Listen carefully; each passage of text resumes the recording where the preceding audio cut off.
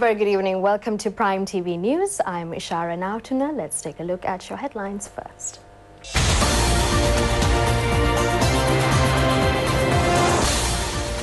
The president says ties with each and every country will be strengthened.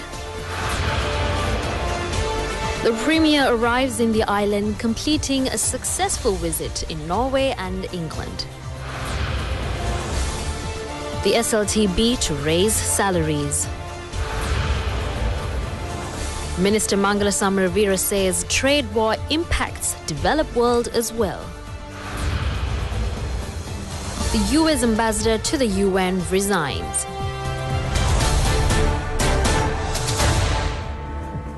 And now for the news in detail.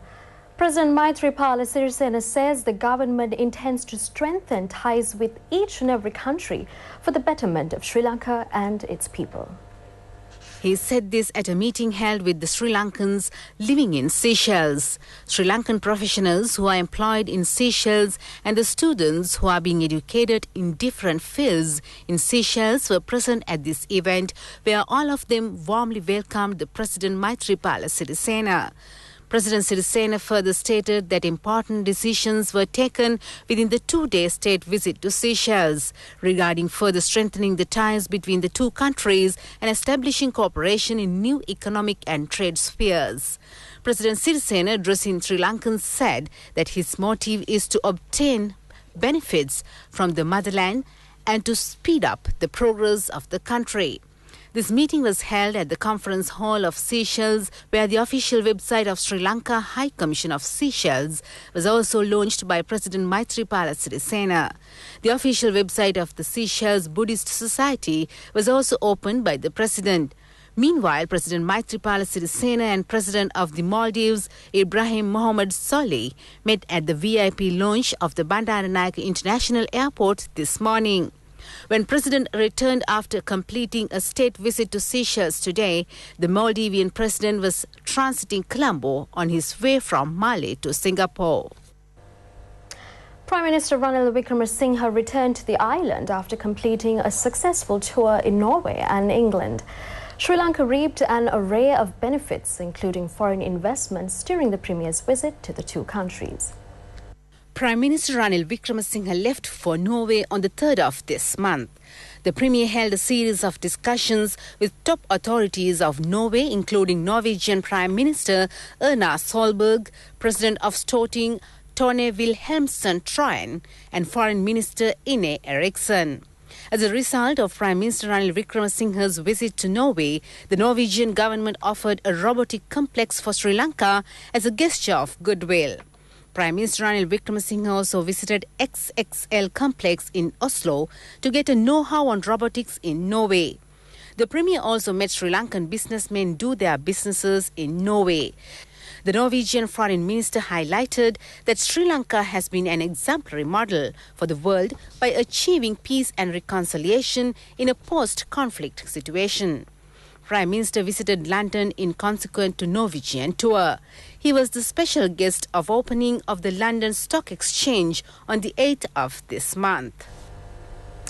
Minister Nimal Siripala de Silva states that the SLTB will be made a debt-free organization by next year. The minister was speaking at a function held at the SLTB headquarters in Narayanpeta. He said that he was able to make the SLTB a successful venture during his tenure. The minister explained that a wide range of measures have been taken to improve job satisfaction of the employees by ensuring their welfare and financial sustainability. The salary will also be increased from next month. The minister said that funds have been allocated to grant the bonus. He stated that mission of the SLTB is to make the organization a debt-free venture by next year.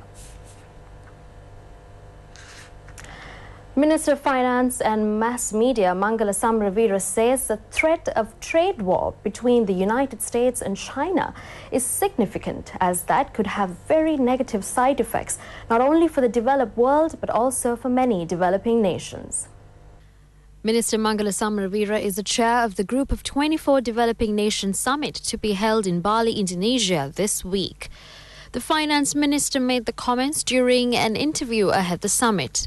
Minister Samaravira explicated that Turkey, South Korea, Argentina among others have made headlines with falling currencies and fiscal deficits, which has led developed countries pull back from investments in emerging markets.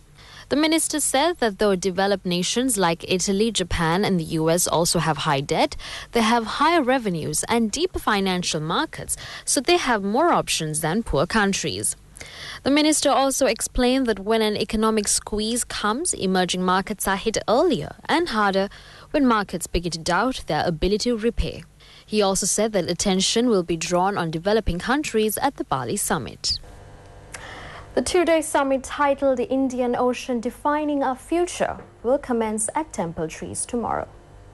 President Maithripala Sirisena is slated to deliver the inaugural speech. The Prime Minister will conduct the keynote address. The Special Envoy for the Ocean to the UN Secretary-General will also address the inaugural session. The two-day summit will help to engender government's policy to make Sri Lanka a trade and financial hub in the Indian Ocean. Prime Minister Ranil Wickremesinghe opines that Sri Lanka needs to tap resources not only in the landmass but also of the sea. Sri Lanka can use its ocean for economic growth as the island is located in one of the world's busiest and most critical trade corridors. The summit will work as a platform for Indian Ocean states and maritime users to discuss issues of mutual interest and concern. Former Presidential Secretary Lalit Veeratunga placed his evidence before the Colombo High Court in connection with the case of mishandling a fund of 200 million rupees given to a governmental organisation, RADA.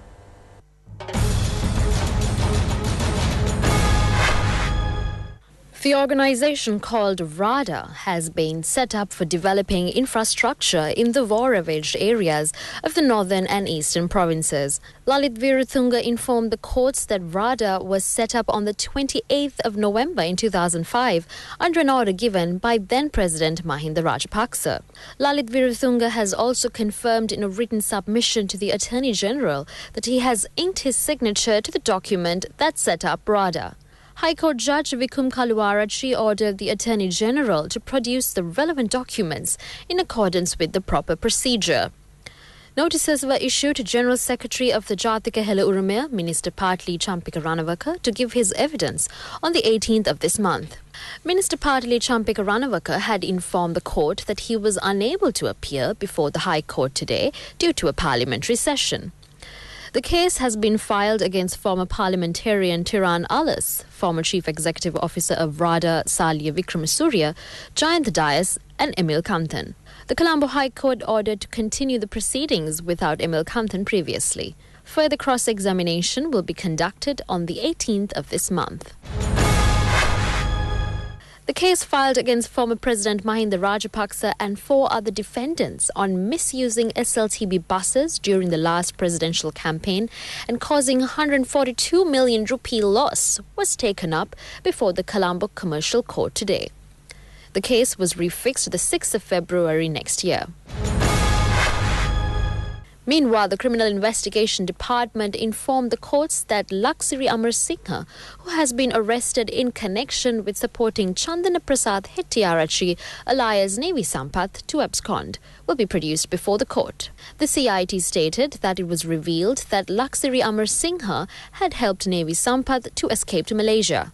Laksiri Amar Singha had purchased the air ticket for Navy Sampath as per the investigations conducted by the Criminal Investigation Department. Parliamentarian Mujibur Rahman states that the joint opposition connected him with milk packets incident with the view of creating a racial conflict. The parliamentarian was speaking at a media briefing held at the Sirikota UNP party headquarters.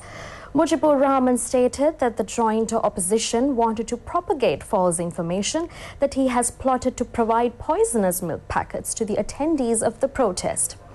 He further explained that his name was linked to the incident with malicious idea to instigate racial conflicts, as he is a Muslim parliamentarian. The parliamentarian highlighted that the government analyst's report has clearly pointed out that no poisonous substance was found within the said milk packets. Mujibur Rahman said that they pressurized the chairman of Milco and wanted to mislead his statement. Finally, the government analyst has disproved all the claims of the joint opposition. He elaborated that the protest of the joint opposition was not a success, and even leaders of the protest were not present at the parliament on the following day. Parliamentarian Bimal Ratnayaka says former President Mahinda Rajapaksa has no knowledge about the country's economy. The parliamentarian made the comment at a media briefing held at the JVP headquarters today. Bimal Ratnayaka observed that Mahinda Rajapaksa, who attended a recent media briefing, showcased his little knowledge on economic affairs. He highlighted that devaluation of rupee is a result of wrong economic policy adopted by the governments during past 40 years. Bimal Ratnayaka said that negotiations should be conducted with some lenders pertaining to solve part of the debt crisis.